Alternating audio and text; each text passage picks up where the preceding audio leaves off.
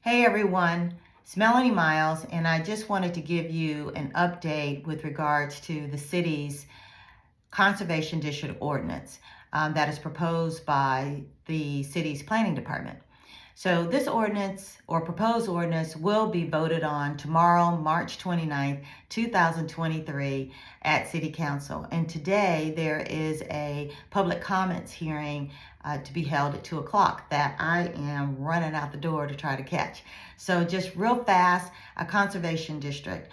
What is it if you don't already know? It is a tool really that communities can use to preserve the character and history and rich community that they live in. It is different than deed restrictions. It's different than a historic district.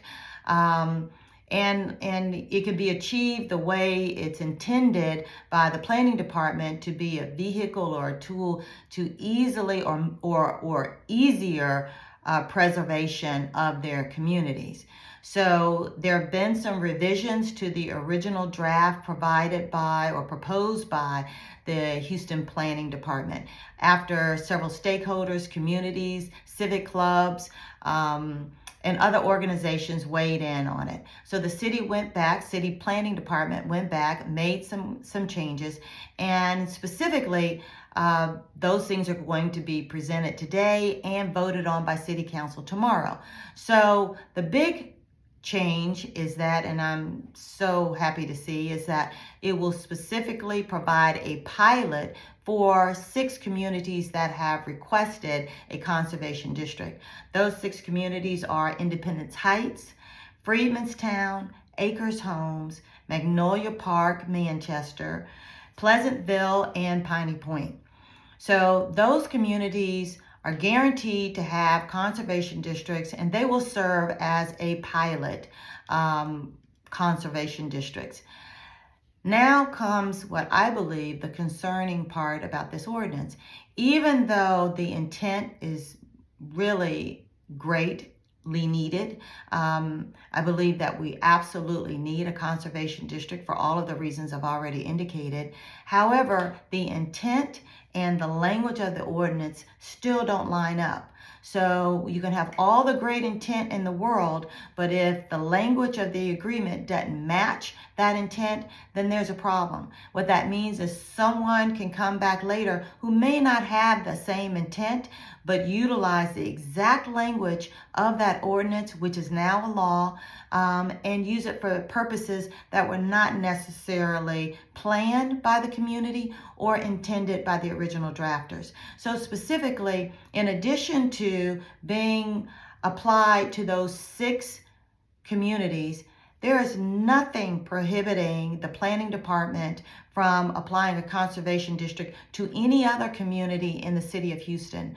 In other words, there should be language that prohibits the creation of a conservation district during this pilot program, which, by the way, there is no time frame on when the pilot starts and when it ends, which is also a problem. There should be a defined period for when is this pilot program. Is it 1-year pilot, 2-year, 5-year pilot?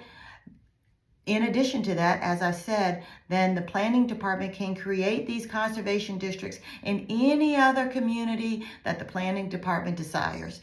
All right, so that's the first thing. Second thing is the lack of guaranteed community involvement.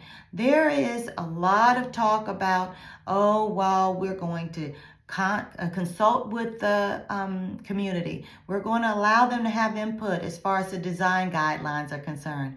We're going to welcome them in and ask them what are their opinions. But there's nothing in the hard language of the ordinance which mandates that the guidelines, design guidelines, meaning the restrictions placed on this community, will come from the community itself, right? So if they're opposed to the restrictions applied by the planning department, then it's just really too bad.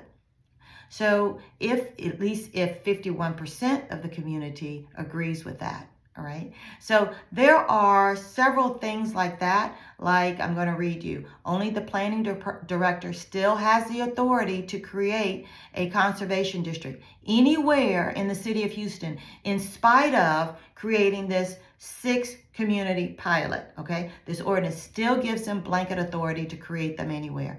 Second of all, there's no set criteria for creation of a conservation district. I'm reading my little checklist over here on the side. So there's no checklist, or there's no qualifications or criteria qualifications for creating a conservation district. Property owners can be blindsided. There's only one notice required to be given to property owners. So if you miss that, just like too bad, too sad, right? So there should be notice given to the civic clubs in the area, as well as to the surrounding property owners, is my belief. In addition to that, there's no appeal process or opt-out process. State law requires an opt-out, but it's not clearly expressed in the ordinance. So homeowners don't even know they have a right to opt out of this. And there's no appeal process. Once the restrictions are put in place, if a community decides, we really don't want these specific restrictions, then they don't have a right or a method to appeal this. So this is just a few of the things that I think that you should know about the upcoming conservation district. We as property owners, when we're talking about applying restrictions to our most valuable possession, I think we should have a say in it. So stay tuned and keep an eye out for this conservation district ordinance that will be voted on tomorrow, March 29th. Contact your city council person if you have more questions. Thank you. Or me. Thanks.